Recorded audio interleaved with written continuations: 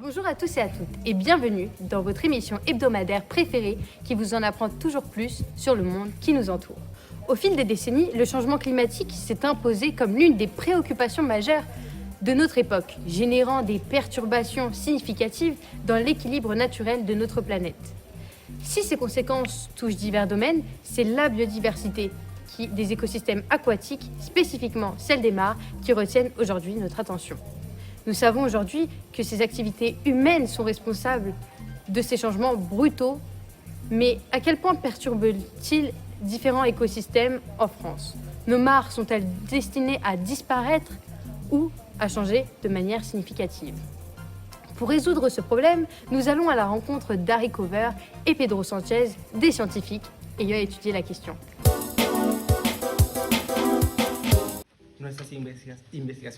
Nos recherches ont pour but de montrer que le changement du climat peut avoir des impacts importants sur les écosystèmes des mares. Nous avons donc mis en place des expérimentations visant à éclairer les interactions entre le changement climatique et la biodiversité des écosystèmes de la mare.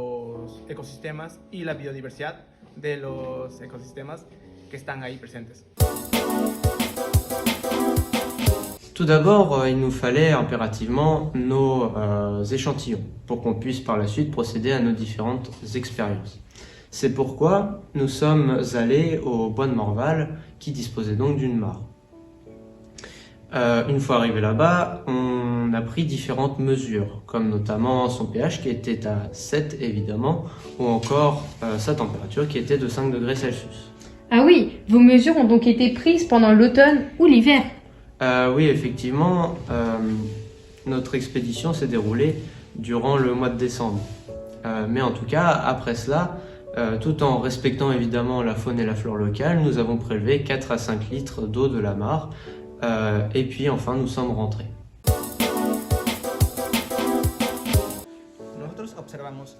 Nous avons retrouvé plein de petits micro-organismes ayant une taille comprise entre 0,5 et 5 mm de longueur.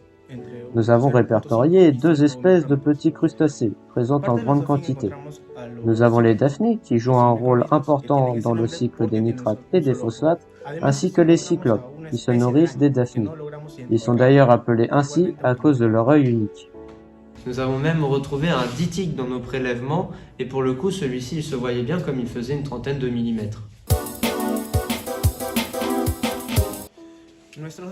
Ces données nous ont permis d'établir notre paramètre mesuré, les daphnies et les cyclopes.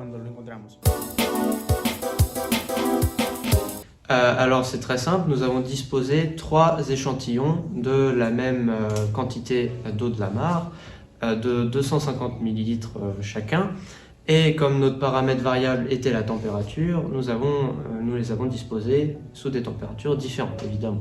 Donc le premier était dans un frigo à 5 degrés Celsius, le second dans une armoire thermique à 10 degrés Celsius, et le dernier à 20 degrés Celsius dans un bain-marie. Et tout cela aura duré 1 semaine chacun, et donc évidemment la température est restée constante. Mais là, il vient le moment de les compter. Pour compter des petits animaux d'une taille d'un demi-millimètre qui se déplacent aussi vite que la lumière, c'est pas très évident. Voilà une problématique à laquelle nous avons essayé de répondre en les rassemblant tous au même endroit avec des filtres à café. Alors je vous le dis tout de suite, cette stratégie a été un échec.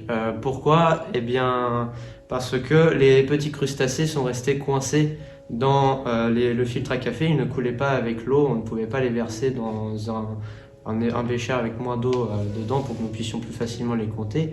Et c'est pour ça que nous n'avons pas pu nous risquer à prendre des mesures avant et pendant l'expérience. Et même en essayant de les compter à la fin, on n'a pas réussi à avoir des résultats précis de nos expériences.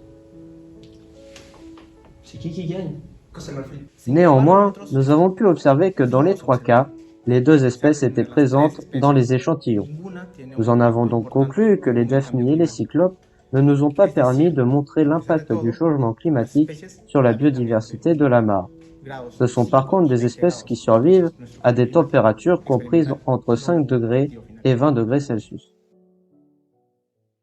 Cette interview nous a permis de voir que les scientifiques travaillent activement pour comprendre les effets du changement climatique. Pour obtenir des résultats, il faut savoir échouer et faire preuve de patience. Espérons qu'ils aillent au bout de leur projet. Ce sera tout pour aujourd'hui. Merci de nous avoir suivis. Bonne journée et à la semaine prochaine.